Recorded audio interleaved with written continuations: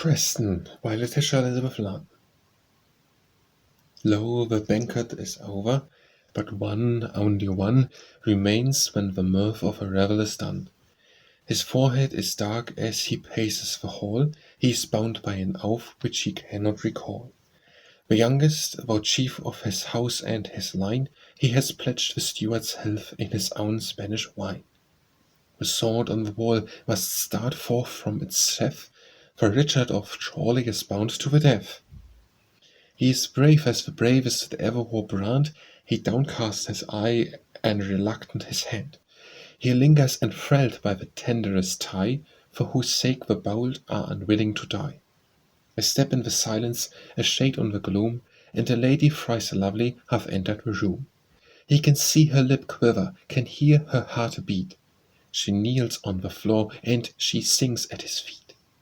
He dares not look on her, he turns from her now, for the moonlight falls clear on her beautiful brow.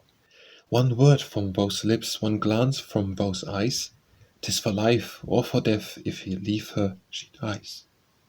'Tis for love or for honor, a woman for love will yield every hope upon earth or both. But a soldier has honor, life's fierce and best court, he may die for his love, but he lives for his word.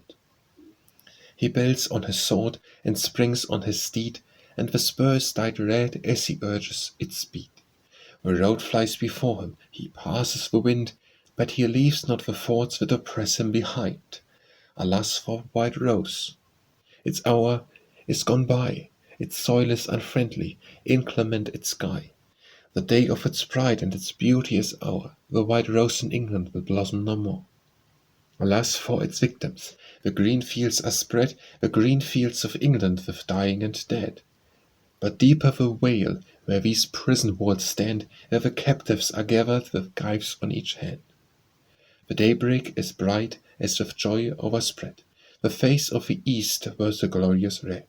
The dews on the hawthorn, the early white flowers, smile out a sweet welcome to morning's glad hours. But dark looms the gibbet on high in the air, while the shuddering gaze turns from the sight that is there. 'Tis honored, degraded, a mock for the crowd, can this be the doom of the young and the proud? 'Tis over, the traitors are left on the tree. One sits 'neath their shadow, her head on her knee.